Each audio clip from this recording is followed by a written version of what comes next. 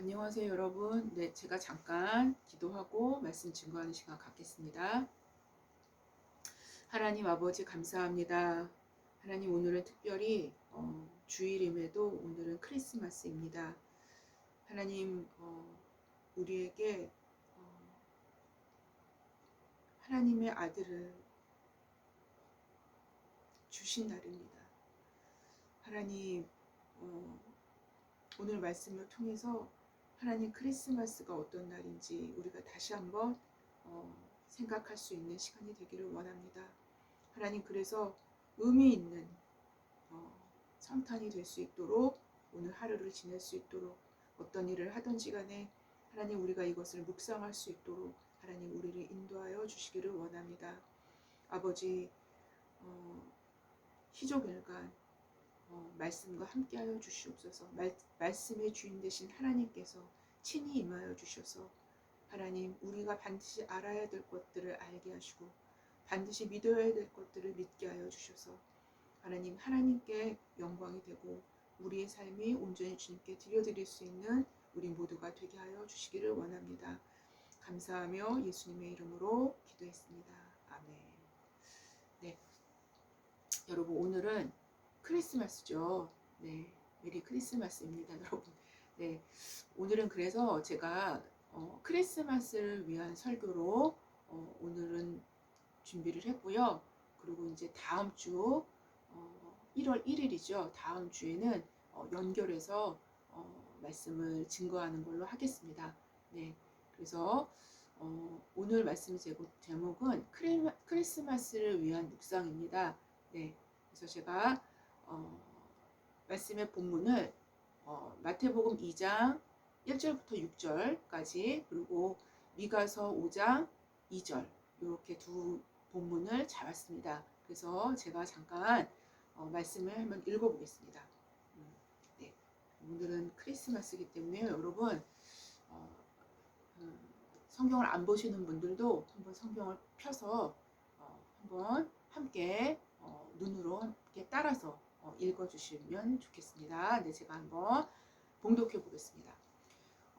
마태복음 2장 1절입니다. 헤롯 왕 때 예수께서 유대 베들레헴에서 나심해 동방으로부터 박사들이 예루살렘에 이르러 말하되 2절 유대인의 왕으로 나시니가 어디 계시냐 우리가 동방에서 그의 별을 보고 그에게 경배하러 왔노라 하매 3절 헤롯과 온 예루살렘이 듣고 소동한지라 4절 왕이 모든 대제사장과 백성들의 서기관들을 모아 그리스도가 어디서 나겠느냐 물으니 5절 이르되 유다 베들레헴이오니 이는 선지자로 이렇게 기록된 바 6절 또 유대 땅 베들레헴아 너는 유대 고을 중에 작지 아니하도다 내게서 한 다스리는 자가 나와서 내 백성 이스라엘의 목자가 되리라 하였음이니이다.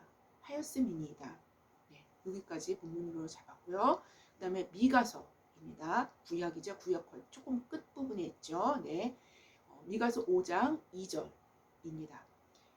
베들레헴 에브라다야 너는 유대 족속 중에 작을지라도 이스라엘을 다스릴 자가 내게서 내게로 나올 것이라 그의 근본은 상고에 영원에 있느니라. 네, 그 말씀을 증거하겠습니다. 제2차 세계대전 때 일이죠. 네. 영국 수병으로 전쟁에 참가한 브램프턴이라는 청년에 대한 이야기입니다. 네, 여러분. 그는 열심히 있는 기독교인이었어요. 그가 구축함을 타고 있었을 때 격전 중에서 배가 침몰하고 만 것입니다. 네.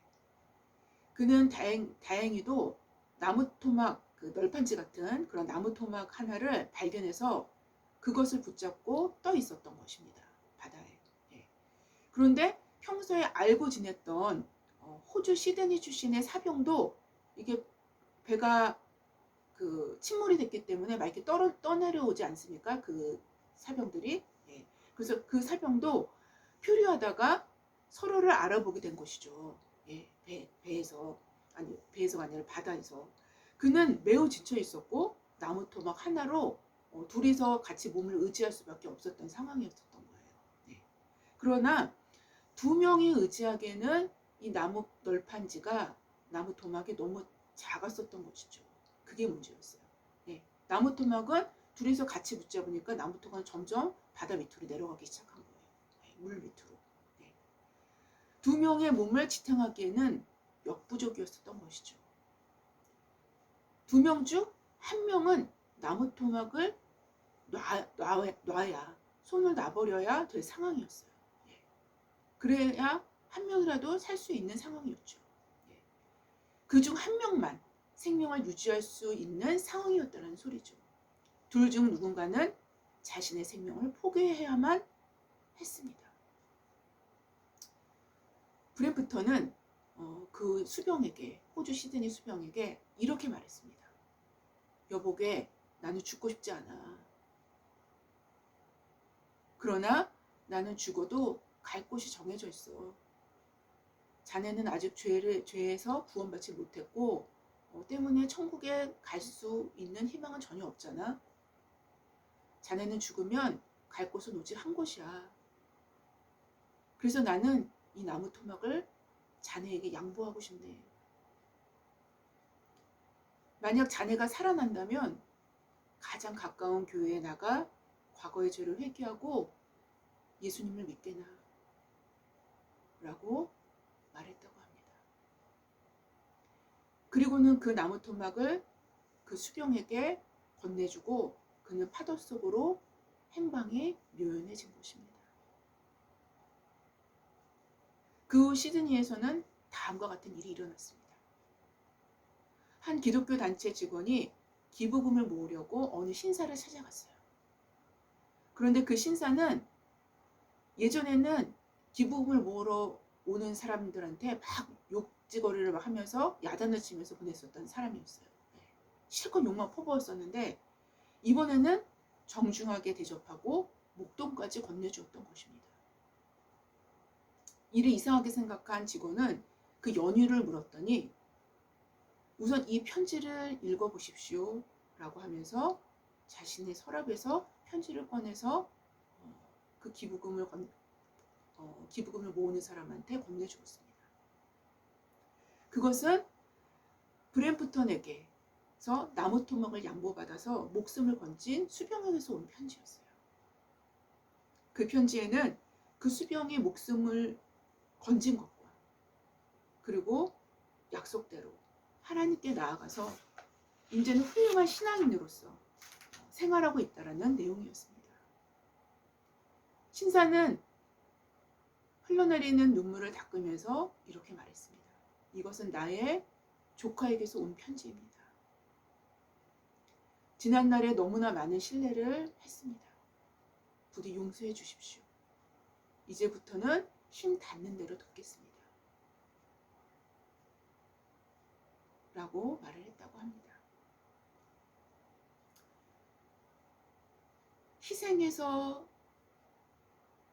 희생은 조용하지만 아주 강력합니다. 특히 이 브램프턴 같은 경우에는 하나님에 대한 믿음과 천국에 대한 소망과 그리고 이웃에 대한 사랑까지 모두 다 이 이야기엔 내포되고 있습니다. 이러한 희생에는 너무나도 강력한 힘이 있습니다. 여러분, 이 이야기는 굉장히 우리에게 많은 생각을 담아내게 하죠. 예. 여러분은 이 이야기를 들으면서 어떤 생각을 가지셨습니까? 예. 아마도 호주 시드니에서는 호주 시드니에서 사는 그 수병의 친족들은 이 소식을 들었을 때 아마 죽었다고 생각했었던 그 사람이 다시 살아온 거니까 얼마나 기뻤겠습니까? 얼마나 기뻤겠습니까? 아마 기뻐서 어쩔 줄을 몰랐을 것입니다. 그러나 기쁘기만 했겠습니까, 여러분? 기쁘기만 했겠습니까? 기뻐서 들뜬 마음으로 화기애애했겠습니까? 그렇지 않았을 것이라고 저는 봅니다. 이들의 기쁨에는 숙연함이 깊이 스며든 기쁨이었을 것입니다. 이 기쁨에는 값싸지 않은 깊이와 들뜸이 없는 감동이 존재합니다. 왜냐하면 시드니의 수병의 친족들의 기쁨은 누군가의 희생의 대가로 주어진 기쁨인 것이기 때문입니다. 여러분, 다른 편에서 생각해 봅시다. 브램프턴의 가족들과 친족들은 그렇다면 기뻤을까요? 그들은 어땠을 것 같습니까?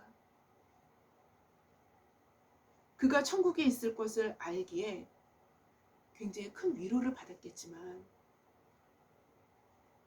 그들의 마음은 고통 속에 있었을 것입니다.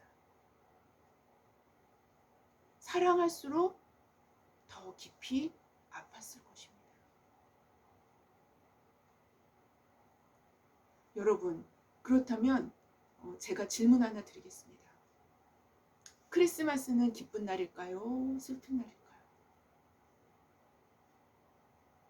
아마 당연히 기쁜 날이라고 답하실 것입니다. 그 말이 정답입니다, 여러분.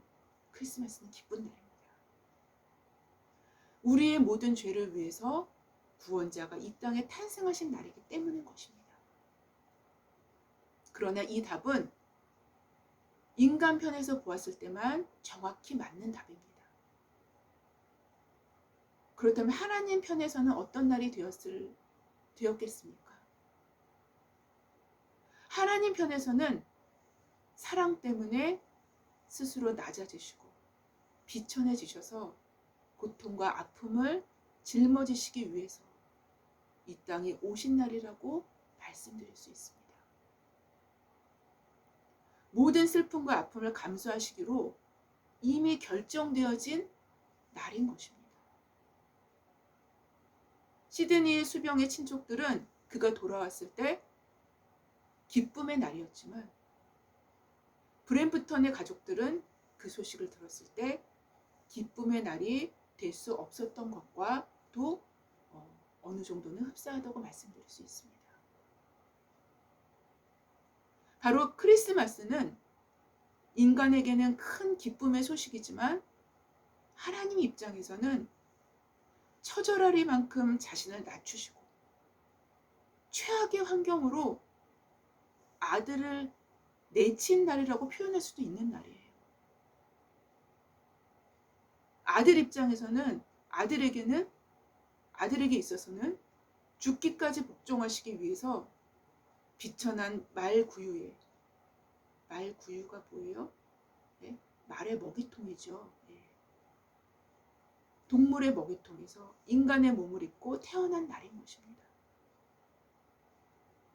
곧 십자가에서 죽으시기 위한 그 분명한 목적과 사명을 안고 이 땅에 태어난 것입니다. 이것이 기쁘다 구주 오셨네를 부르는 크리스마스인 것입니다. 바로 이날은 전능자의 경륜 가운데서 오래전에 계획된 일이었습니다. 그리고 그 계획대로, 그 약속대로 이 지구상에 실행되기 시작한 날인 것입니다. 그래서 크리스마스는 시드니의 수병의 친족들이 경험했던 숙연함이 깊이 스며있는 기쁨의 날이라고 말씀드릴 수 있습니다.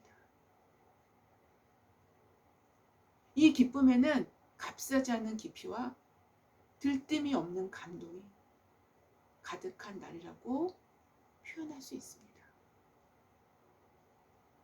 그래서 누가복음 2장 10절부터 11절 이하에 이렇게 기록되어 있습니다. 천사가 이르되 무서워하지 말라. 보라, 내가 온 백성에게 미칠 큰 기쁨의 좋은 소식을 너희에게 전하노라. 오늘 다윗의 동네에서 구주가 나셨으니 곧 그리스도 주시라. 라고 기록합니다. 크리스마스의 기쁨은 가벼운 기쁨이 아닌 것입니다. 인간적인 기쁨 감정으로 즐기기를 마다하지 않는 날이 아니라는 것입니다. 하나님 편에서는 큰 고통을 감수한 날이요. 인간 편에서는 구원의 기쁨을 노래할 수 있는 날이 되기 때문인 것입니다. 오늘 본문은 헤롯 왕 때 동방에서 별들을 보고 예루살렘까지 별을 보고 예루살렘까지 찾아온 박사들의 이야기로 시작을 하죠.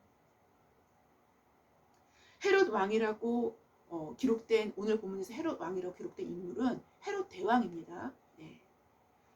그는 아기 예수가 훗날 자신과 자신의 가문에 정적이 될 것을 두려워해서 대대적인 유아 살해를 감행하게 되죠. 왜냐하면 별의 행로를 따라 예루살렘까지 오게 된 박사들은 헤롯 왕에게 유대인의 왕으로 나신 이가 어디 계시냐? 유대인의 왕으로 나신 이가 어디 계시냐? 이렇게 질문을 하게 되죠. 네. 우리가 동방에서 그의 별을 보고 그에게 경배하러 왔노라. 그 왕에게 경배하러 왔다라는 것입니다. 네. 이렇게 말했기 때문에 이 헤롯 대왕은 머리가 어떻게 돌아가겠습니까? 네. 왕이라는 용어는 정치적인 사람들에게는 완전하게 정치적 해석을 가능하게 하는 용어이기 때문이에요. 즉 박사들의 입에서 유대인의 왕이 거론되었기 때문에 그리고 그 왕에게 경배하고자 하는 목적으로 별을 쫓아 여기까지 왔다라는 이야기는 헤롯과 또 헤롯을 이렇게 따르고 있는 사람들 그리고 온 유대, 온 예루살렘을 그야말로 소동케 하는 일이 아닐 수 없었던 것입니다. 그래서 오늘 본문은 소동케 됐다고 얘기가 나오죠. 예.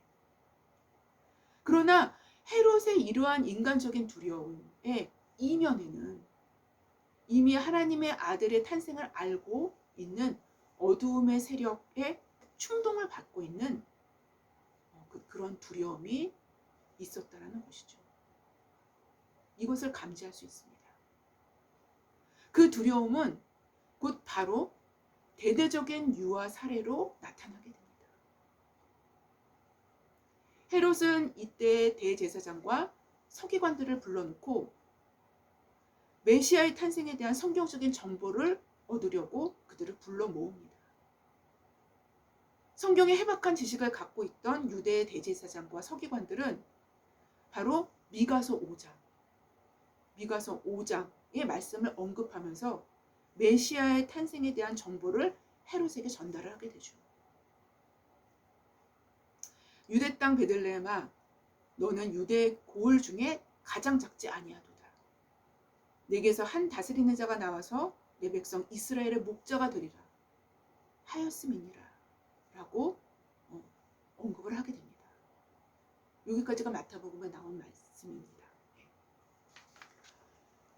결국 헤롯은 베들레헴과 그 모든 지경 안에 있는 사내 아이, 2살 이하의 2살 미만의 사내 아이들을 모두 살해하게 됩니다.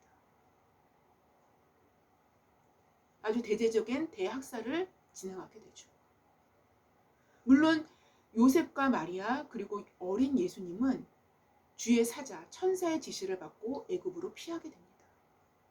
바로 애굽으로 피하게 되는 이 사건까지도 선지자 호세아는 예언을 하고 있죠. 이처럼 하나님께서 계획하신 매우 중요한 일들이라 할지라도 방해를 받지 않는다는 것이 아닙니다. 오히려 더 큰 방해를 받습니다. 그리스도의 탄생과 함께 어두움의 세력에 의해서 유아 살해가 진행됐다라는 것은 우리에게 어떤 무언가를 시사해 줍니다.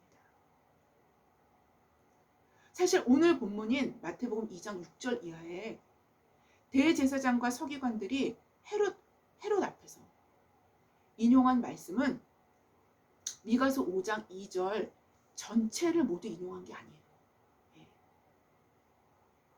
왜냐하면 메시아는 베들레헴 출신임을 언급하는 것을 주요 내용으로 하는 메시지 전달이었기 때문에 그 하반절은 빼놓고 얘기를 한 겁니다.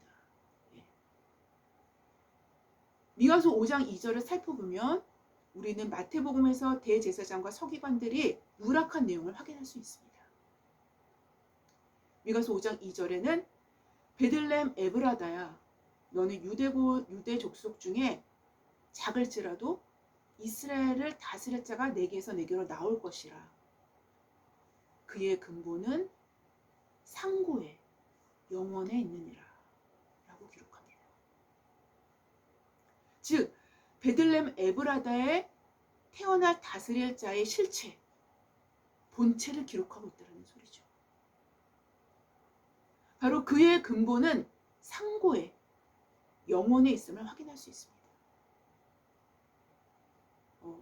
히브리어를 번역해서 해석한다면 그의 근원은 영원의 날들로부터 라는 의미를 갖습니다.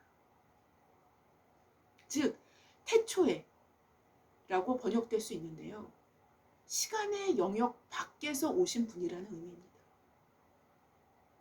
시간의 영역에 포함되지 않는, 시간이 만들어지기 전에, 태초에 천지가 창조되기 전부터 존재하셨던 분이라는 소리죠. 하나님이시라는 소리입니다.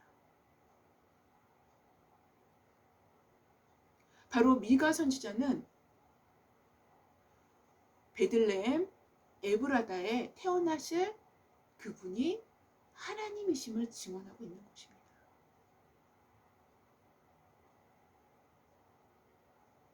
여기서 베들레헴 에브라다라고 표현을 했죠. 미가서에서는요. 여기서 베들레헴은 여러분 잘 아시다시피 떡집이라는 의미를 갖고 있어요. 네.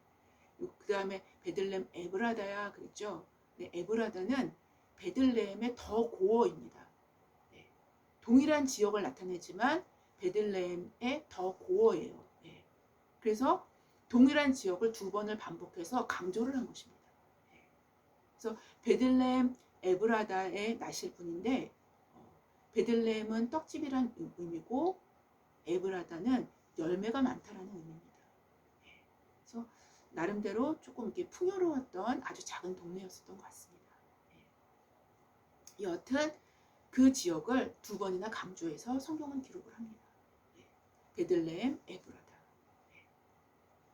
그러나 이 마을은 아주 가장 작은 마을로, 유대에서 가장 작은 마을로, 촌동네죠. 완전히 촌동네. 촌동네로 동물의 먹이통에서 예수님은 탄생하신 것입니다. 이것이 구약에서 예언된 예수 그리스도입니다. 바로 크리스마스는 하나님의 자기 비움, 하나님의 자기 비움, 케노시스라고 표현을 하죠. 얘기를 하죠. 자기 비움의 시작이 되는 날인 것입니다. 존재의 낮아짐, 자기 비움을 스스로 감행하신 날인 것입니다. 여러분, 존재의 낮아짐의 겸손은요, 인간은 불가능합니다. 인간은 너무나도 겸손한 사람이라 할지라도 존재의 정직함을 갖고 있을 뿐입니다. 자신의 존재에 대해서 정직하게 바라볼 때 인간은 겸손할 수 있는 것입니다. 그러나 인간이 아무리 겸손해도 자기 존재의 낮아짐은 잊지 않습니다. 오직 존재 자체의 낮아짐은 그리스도만이 행하셨던 일입니다. 존재의 낮아짐, 자기 비움을 스스로 감행하신 날이 바로 크리스마스입니다. 너희 안에 이 마음을 품으라. 곧 그리스도 예수의 마음이니 그는 근본 하나님의 본체시나 하나님과 동등됨을 취할 것으로 여기지 아니하시고 오히려 자기를 비워 종의 형체를 가지사 사람들과 같이 되셨고 사람의 모양으로 나타나사 자기를 낮추시고 죽기까지 복종하셨으니 곧 십자가에 죽으심이라. 곧 크리스마스는 하나님이 자기를 비워 종의 형체를 갖고 사람의 모양같이, 사람들과 같이 되시기 위해 사람의 모양으로 나타나신 날입니다. 누구를 위해서요, 여러분? 네, 저와 여러분을 위해서입니다. 왜요? 사랑하기 때문이죠. 사랑에는 이유가 없어요. 더 이상의 이유가. 그래서 우리에게는 기쁨의 날인 것입니다. 그러나 그 기쁨에는 숙연함이 있는 기쁨인 것입니다. 그 기쁨은 가벼울 수 없는 것입니다. 값살 수 없는 것입니다.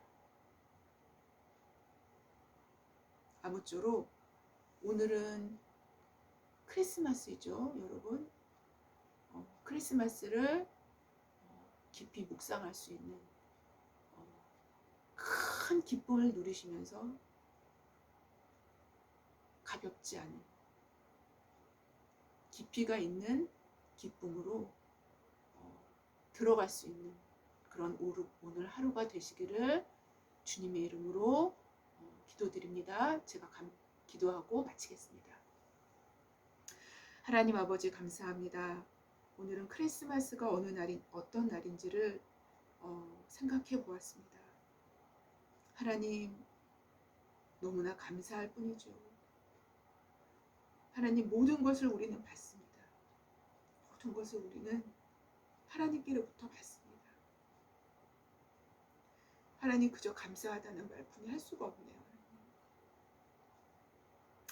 주님 우리에게 주님을 더 잘할 수 있는 은혜를 부으시고 그 잘 안 것만큼 더 깊이 주님을 의지하고 믿을 수 있는 그러한 믿음을 우리에게 허락하여 주시기를 원합니다.